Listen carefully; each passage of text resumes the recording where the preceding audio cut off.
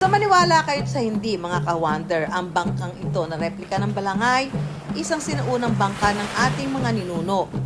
Nakapaglayag na raw sa buong Southeast Asia sa loob ng 2 taon. 4, 3, 2,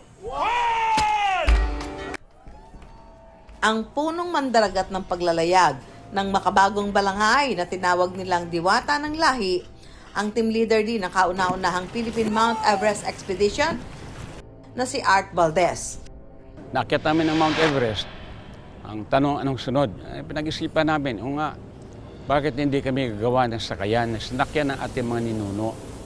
So, yun, napag-isipan ko gumawa ng balangay. So, gumawa ko ng panday na taga-Tawi-Tawi at gumawa ko ng unang balangay doon sa Cultural Center of the Philippines. Pero hindi raw naging madali ang paglalayag nila sakay ng unang replika ng balangay na kanilang nagawa. 2 years kami naglayag. Pag walang hangin, sagwan kami. Kaya noong 2024, isang mas modernong replika ng balangay ang kanilang binuo, ang BB o Balangay Boat Florentino Das. Pinangalan sa isang mandaragat mula Samar na nagsagawa ng kauna-unahang naitalang solong paglalayag ng isang Filipino sa Pacific Ocean. Ito may comfort nito. Bakit? Sawang-sawa na ako sa survival ng sakayan. Why don't I build a boat na I'll be comfortable paglayag? Yung unang sakayan namin, walang-wala.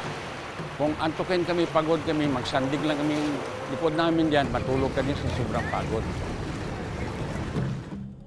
Ang BB Florentino Das gawa sa Philippine firewood o matibay na kahoy na binalot pa ng fiber filament, may guhit ang iba't ibang kulay na layag.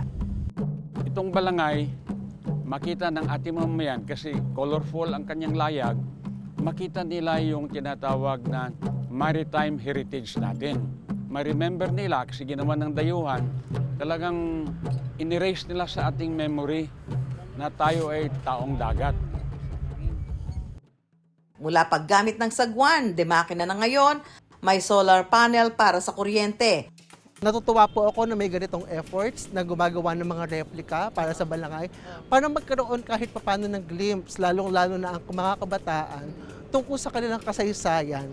Kasi po, kahit nag-aaral tayo ng kasaysayan, kailangan nating tanggapin na hindi tayo makakaiwas sa mga pagbabago. Dahil ang pagbabago ay didikta din ng environment, no, ng mga pangangailangan sa ngayon.